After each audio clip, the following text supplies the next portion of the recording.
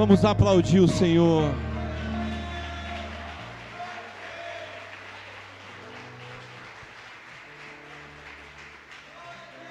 Diga glória a Deus. Abra a sua Bíblia no Evangelho segundo escreveu São Marcos, capítulo 16, versículo 7. Essa palavra, Deus ministrou no meu coração essa palavra esses dias. E eu queria muito, de antemão, já agradecer Pastor Cláudio, meu amigo Pastor Cláudio, pelo privilégio, pela oportunidade de poder pregar a palavra de Deus nesse altar tão honrado, tão abençoado.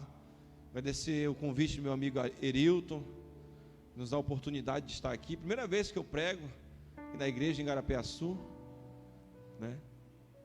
E eu tenho certeza que Deus, quem nos trouxe aqui nessa noite.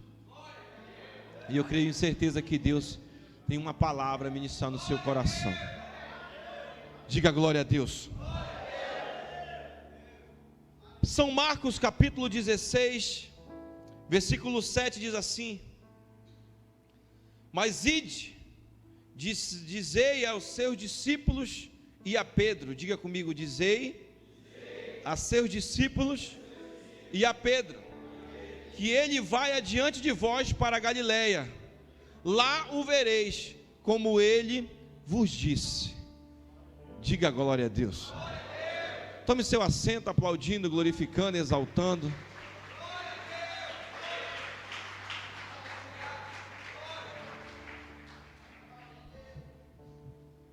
Creio que essa noite será uma noite muito poderosa. Olhe para mim. Eu quero falar hoje de um Deus que não desiste de amar a mim e não desiste de amar você. Mesmo sabendo quem nós somos, quando muitas das vezes não honramos a Deus, não honramos a nossa liderança, não honramos a nossa igreja. E quantas das vezes nós temos a oportunidade de honrar o Senhor? Quantas vezes Deus tem nos dado a oportunidade de honrar a nossa liderança? Deus tem nos dado a oportunidade de honrar a nossa igreja, e nós jogamos fora as oportunidades que Deus tem nos dado. E eu sempre falo que as oportunidades, a gente não perde a oportunidade, porque as oportunidades elas passam de mão para a mão daqueles que estão preparados para receber aquilo que Deus tem. E hoje eu quero falar de um homem que viveu altos e baixos na presença de Deus. Um homem que foi alguém privilegiado porque andou com Jesus. Um homem que foi privilegiado porque viu de perto milagres que eu e você não vimos. Ele andou do lado do mestre, ele era alguém que tinha intimidade com o mestre. E ninguém melhor do que Pedro para revelar essa verdade. Primeiro nós precisamos saber quem era Pedro. Talvez você já tenha estudado, talvez isso já tenha até sido alvo da sua pregação, talvez você já falou disso para alguém. Mas quem era Pedro? Pedro era filho de Jonas. Pedro era casado. Pedro era natural de Betsaida. Pedro residia em Cafarnaum, nas margens do mar da Galileia. Pedro era pescador. Pedro era irmão de André. Pedro era um dos discípulos que tinham mais intimidade com Jesus. Pedro assumiu um grupo de apostolado antes e depois do Pentecoste. Ele era alguém privilegiado, recebeu poder para realizar grandes milagres. A Bíblia vai dizer que a sombra de Pedro curava os enfermos em Atos dos Apóstolos. Ele era alguém, ele se tornou alguém poderoso na presença de Deus. Mas não foi sempre assim. Ele foi o primeiro apóstolo a pregar para os gentios. Ele foi alguém privilegiado. Mas Pedro era um homem de profundas contradições.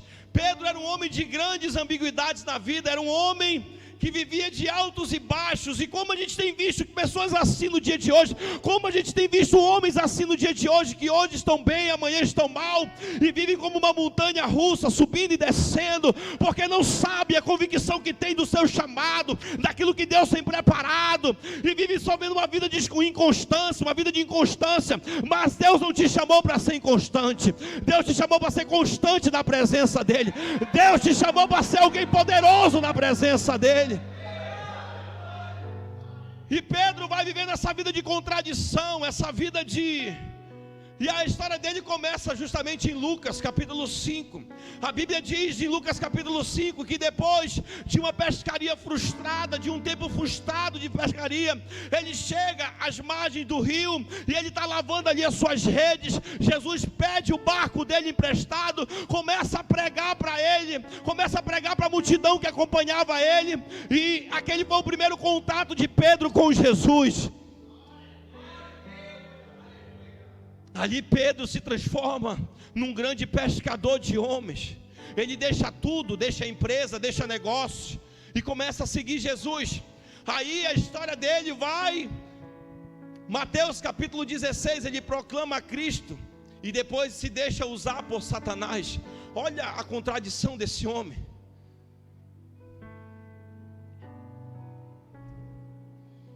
Mateus capítulo 17, por falar sem pensar, não deu a Jesus a primazia que ele merecia. Ele vê a glória do rei, mas não exalta o rei da glória. E como a gente tem visto pessoas assim no nosso meio, como a gente tem visto homens assim no tempo de hoje, pessoas que estão até vendo a glória de Deus, pessoas que estão até se manifestando, estão ouvindo, estão vendo, e muitas das vezes não estão experimentando aquilo que Deus tem preparado para ele. Vive uma constante contradição, porque a gente confunde às vezes a presença de Deus. Ele é onipresente, Ele está em todo lugar. Às vezes a gente confunde a onipresença com a habitação de Deus. Deus está em todo lugar, mas Ele não habita em todo lugar. Mateus 26 vai dizer que, olha a contradição entre coragem e covardia. Primeiro ele nega e depois ele lança suas lágrimas de arrependimento. Ele era um homem que vivia uma constante contradição. Em João capítulo 21, é a fuga e a declaração de amor, quando Jesus perguntou para ele se de fato ele amava Jesus.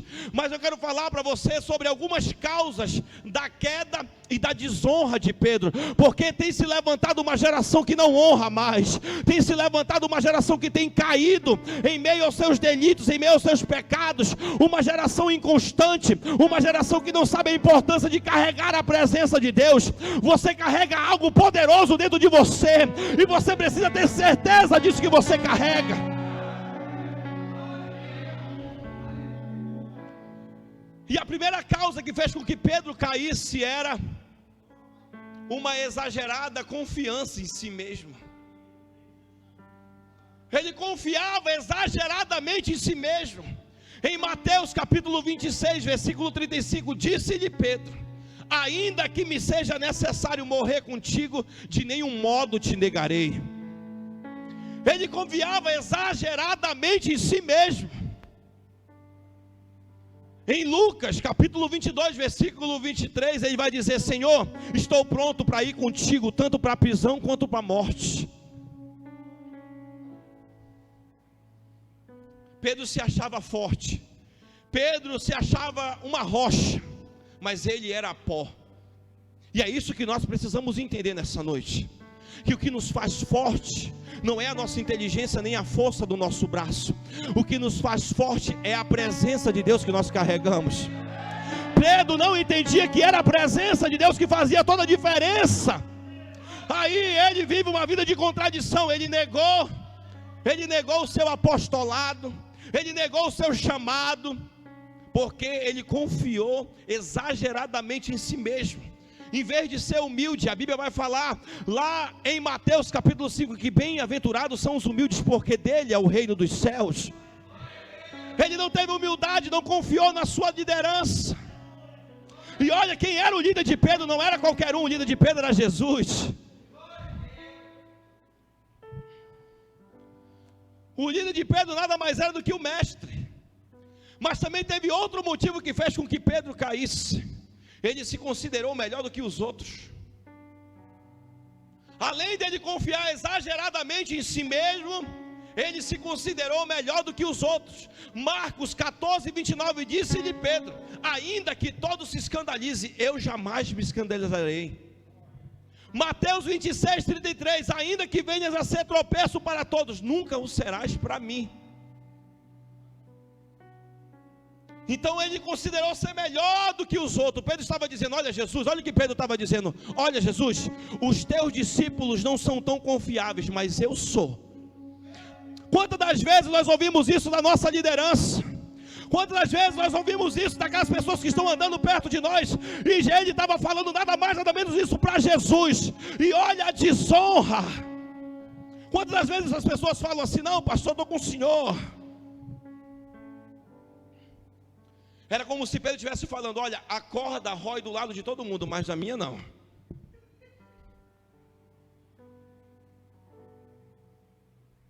Ele estava dizendo para Jesus: eu não vou te decepcionar, eu aguento a parada, eu não sou homem de fraquejar, pode contar comigo por que der e vier. Era isso que ele estava falando para Jesus. Pedro estava dizendo: olha Jesus, os teus discípulos não são confiáveis, mas eu sou confiável. Deixa eu te perguntar, querido, você é alguém confiável? Você é alguém que a tua liderança pode confiar? Você é alguém que a tua igreja pode confiar? A tua esposa é alguém que você pode confiar? Ela pode confiar em você, querido? Porque às vezes nós até dizemos: não pastor, estou com o senhor e não abro. Mas Pedro estava dizendo: mas na hora da atitude, na hora do comportamento, o que ele falava não era condizia com aquilo que ele fazia. E quanto a gente tem visto pessoas assim nos dias de hoje, pessoas que não sustentam aquilo que falam, pessoas que não se escrevem aquilo que falam. Eu e você precisamos ser homens de palavra. Por isso nós temos que aprender a honrar a nossa liderança. Nós temos que aprender a honrar a nossa igreja. Nós temos que aprender a honrar as nossas esposas. Nós temos que aprender a ser alguém de confiança. Se eu digo que eu tenho que estar. Quem está entendendo? Quem está entendendo? Aponta o dedo de profeta para esse teu irmão assim na cara dele e diga assim: seja alguém de confiança.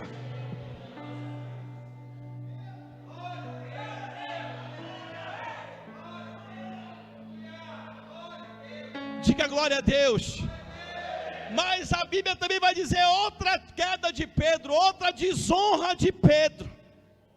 Mateus 26, 40, 41 diz assim: olhe para mim aqui, olhe para mim. A Bíblia diz assim: e voltando para os discípulos, achou-os dormindo, e disse a Pedro: então nem uma hora tu pudeste vigiar comigo? Vigiai e orai, para que não entreis em tentação. O espírito na verdade está pronto, mas a carne é fraca. Olhe para mim, aquele momento estava sendo travada a maior batalha do universo. Jesus estava sofrendo o seu maior momento de pressão. Você não encontra outro momento na Bíblia Jesus pedindo ajuda. Jesus só pediu ajuda para alguém que ele tinha intimidade. Ele só pediu ajuda para alguém que ele tinha intimidade. Ele falou: ei, vocês podem vigiar comigo, enquanto eu vou ali orar, fiquem aqui vigiando comigo. Quando ele voltou, encontrou Pedro dormindo. Ei, quantas pessoas estão dormindo no dia de hoje?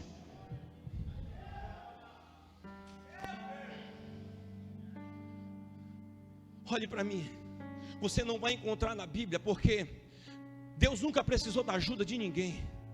E o que Deus me revelou hoje, isso aqui, ó, que foi a única vez que Jesus pediu ajuda, foi para alguém que ele tinha intimidade. Olhe para mim aqui, tem momentos que a sua liderança vai estar cansada, tem momentos que a sua liderança vai estar passando por pressão, tem momentos que a sua igreja vai passar por pressão, tem momentos que o seu pastor não vai ter força muitas vezes para orar por você, e é você que vai ter que orar pela igreja, é você que vai ter que orar pelo seu pastor, é você que vai ter que interceder pela sua igreja. Porque quando nós não vigiamos, nós caímos em ciladas. Quando nós não vigiamos, quando nós não oramos, nós caímos em tentação. Quando nós não vigiamos, quando nós não oramos, nós fraquejamos. Quantas pessoas estão fraquejando? Quantas pessoas estão caindo em cilada? Na seta que voa de dia, na mortandade. Que outras pessoas que estão caindo no laço do passarinheiro. Sabe por quê? Porque não tem uma vida de intimidade com Deus, não tem uma vida de oração, não conseguem vigiar os seus passos. Quem não tem uma vida de oração está fadado ao fracasso. E eu entendo que Pedro caiu porque ele não tinha uma vida de oração.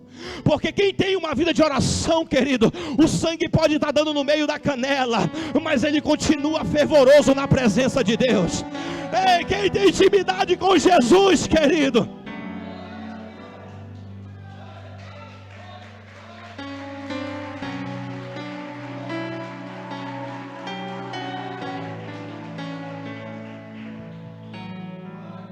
tem uma frase que eu digo, que quando eu decido orar, eu não preciso decidir mais nada. Tudo que você precisa fazer é decidir orar. Pedro era um homem inconstante, não conseguia honrar. Pedro caiu porque ele não tinha uma vida de oração. E olhe para mim, ele não estava andando do lado de qualquer um, porque Pedro foi o único dos discípulos que andou sobre as águas. Pedro foi o único dos discípulos que teve uma experiência poderosa com o mestre. Ele era alguém que andava perto do mestre, ele era alguém que tinha intimidade com o mestre. Mas isso não foi suficiente para manter ele de pé. Isso não foi suficiente para manter ele com a vida alicerçada na rocha. Isso não foi suficiente. Ei, querido, se Jesus não for suficiente para você, o que mais vai ser?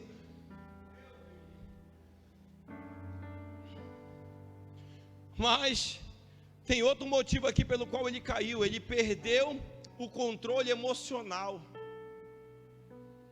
João 18:10 diz assim: então Simão Pedro puxou da espada que trazia e feriu o servo do sumo sacerdote, cortando-lhe a orelha direita, e o nome do seu servo era Malco.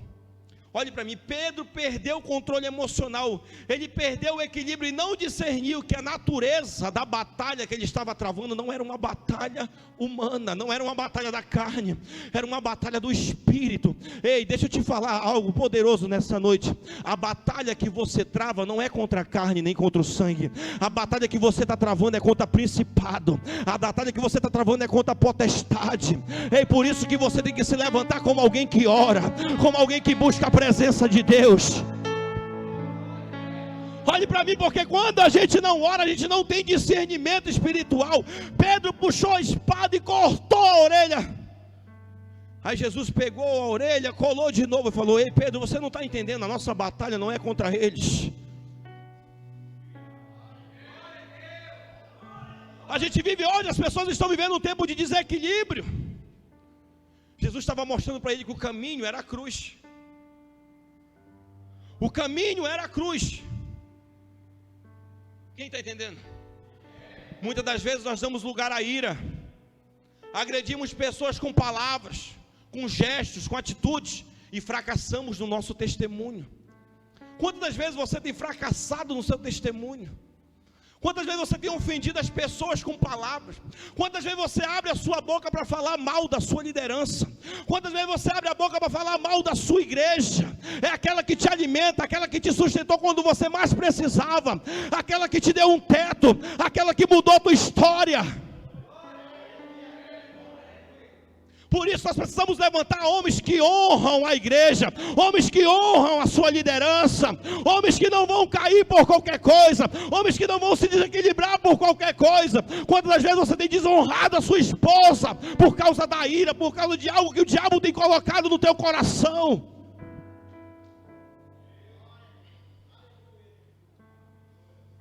Honre a sua esposa, honre. Não dê lugar para o diabo. Mas tem outro motivo que fez com que Pedro fracassasse no caminho da honra. Porque a honra, ela é um caminho de mão dupla. Ele seguiu Jesus de longe. Mateus 26, 58, mas Pedro o seguia de longe. Olhe para mim, e isso tem acontecido muito nos dias de hoje, e eu tenho andado até meio preocupado, tenho falado isso na oração das 10, lá na catedral, eu tenho falado isso todas as vezes que eu tenho a oportunidade de pregar na catedral, eu tenho estado meio preocupado com essa geração, é uma geração que não tem mais sede, é uma geração que não tem mais fome, é uma geração que não é mais apaixonada pela presença de Deus, é uma geração que perdeu o entusiasmo, é uma geração que está perdendo a essência, e olhe para mim, querido, quando você vai perdendo, e o tempo vai roubando aquilo que o Espírito Santo tem colocado dentro de você, assim foi com Pedro. Quando a gente está inconstante na presença de Deus, a gente vai correndo esse risco, e ele foi fraquejando, a ponto de começar a seguir Jesus de longe.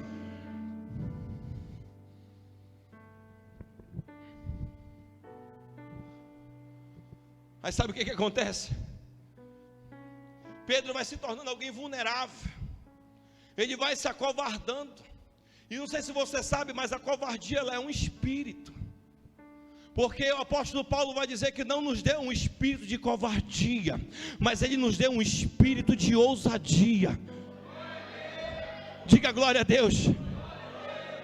O mesmo Pedro, olhe para mim, o mesmo Pedro que era alguém autoconfiante, o mesmo Pedro que falou, eu estou pronto para ir contigo, tanto para a prisão quanto para a morte, agora já não cumpre mais as suas palavras, agora não sustenta mais o que ele fala, ele foge na hora que Jesus é preso.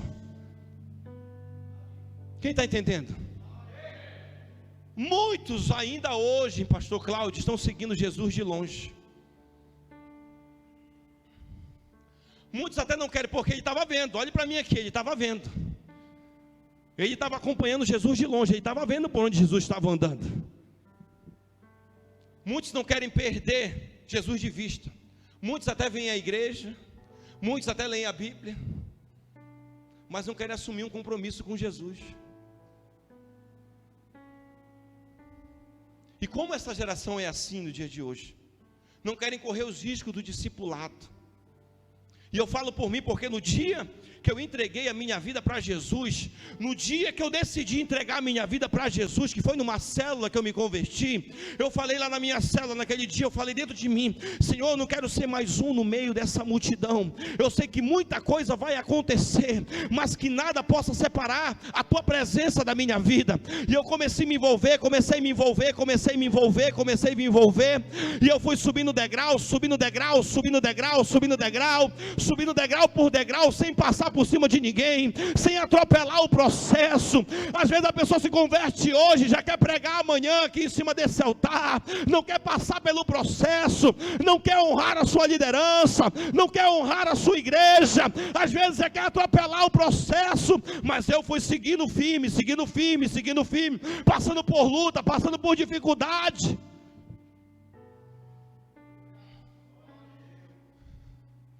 Outros não querem, até chegam a não perder suas convicções, mas abandonaram a igreja, estão voltando para o Egito, estão sentados na janela. Quantos estão sentados na janela?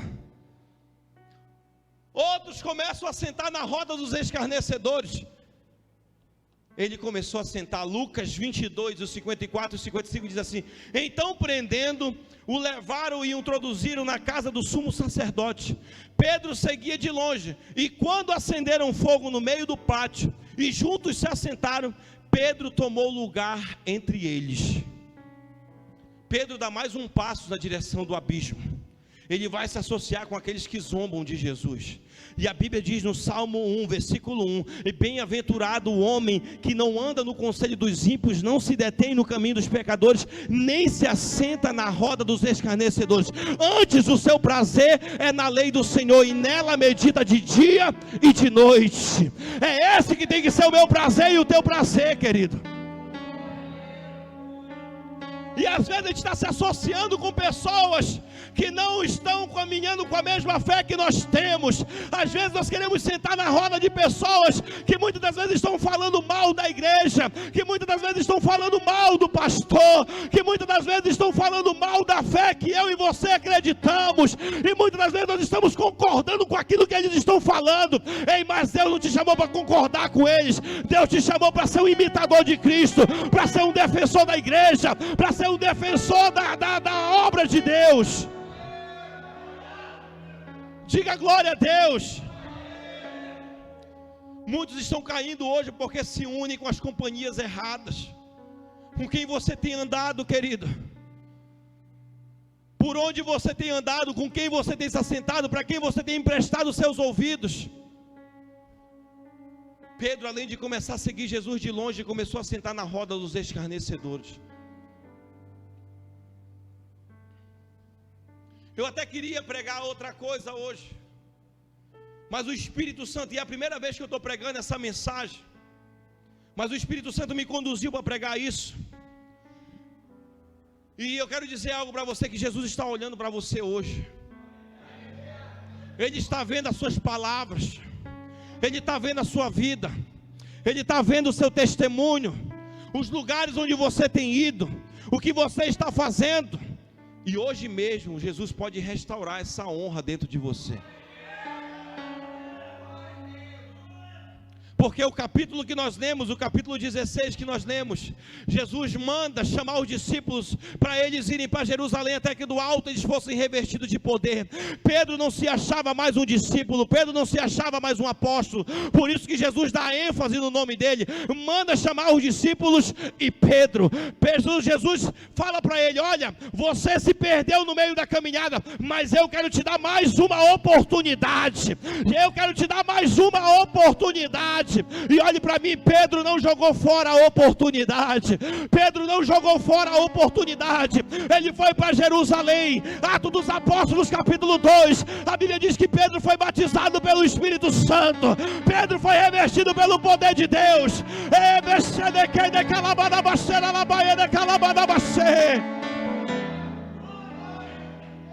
Ele foi revestido pelo poder de Deus.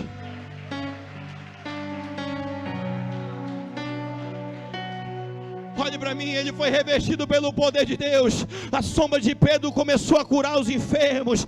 Pedro começou a ser alguém diferente na presença de Deus. Pedro começou a honrar a igreja. Jesus fundamentou a igreja sobre ele. Ele era o líder da igreja.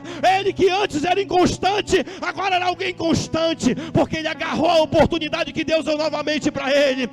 Mas chegou um dia, querido, um dia que ele foi ser crucificado, e um dia colaram ele numa cruz. E eu acho lindo demais isso aqui, porque quem agarra as oportunidades não joga fora.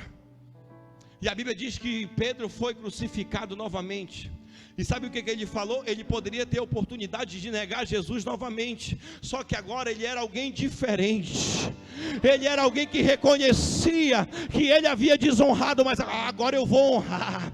E olha como é a atitude de alguém que honra. Ele fala assim: olha, virem a cruz de cabeça para baixo, porque eu não sou digno de ser crucificado como ele foi crucificado. Pode me matar.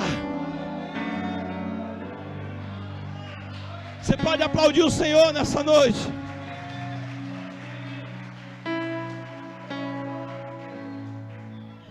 Essa é a atitude de alguém que decide honrar. Às vezes você vai ser prejudicado, às vezes você vai ter prejuízo, mas quem decide honrar Deus vai honrar. Quem decide honrar Deus vai exaltar o nome dele na sua vida. Mas isso é uma questão de decisão. Por isso eu quero falar para você: talvez você tenha vivido um tempo de inconstância, mas Deus quer te dar uma nova oportunidade nessa noite, para que o nome dele seja glorificado na sua vida. Olhe para mim, que as pessoas possam olhar para você quando você sair daqui a partir de hoje e dizer assim: esse aqui não é fulano que vivia uma vida inconstante, que não sabia o que queria. Ele era assim mesmo, mas agora ele é alguém de oração, ele é alguém que tem um testemunho poderoso, ele é alguém que faz a diferença.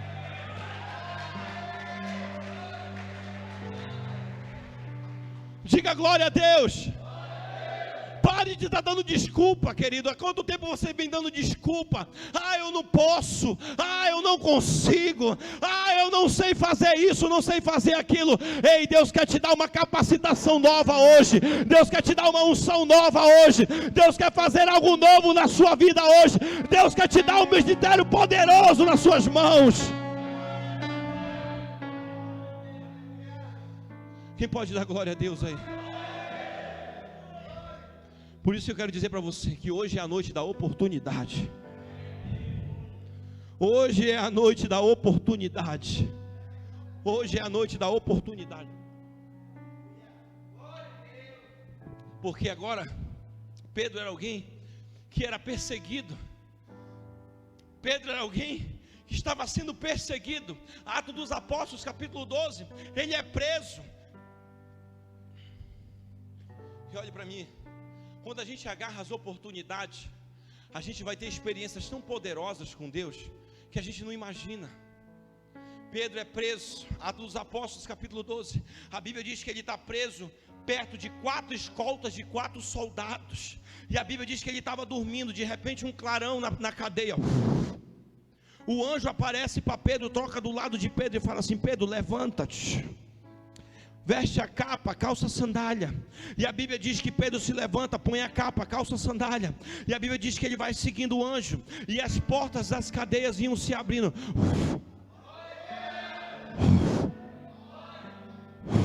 Porque quem agarra as oportunidades vai ter experiências poderosas. Onde tem parede, Deus abre uma porta. Onde tem cadeado, Deus quebra para você passar. Porque quem carrega a presença é diferente. Quem carrega a presença tem atitude diferente. Quem carrega a presença honra. Quem carrega a presença vive de maneira diferente. Fique de pé no seu lugar.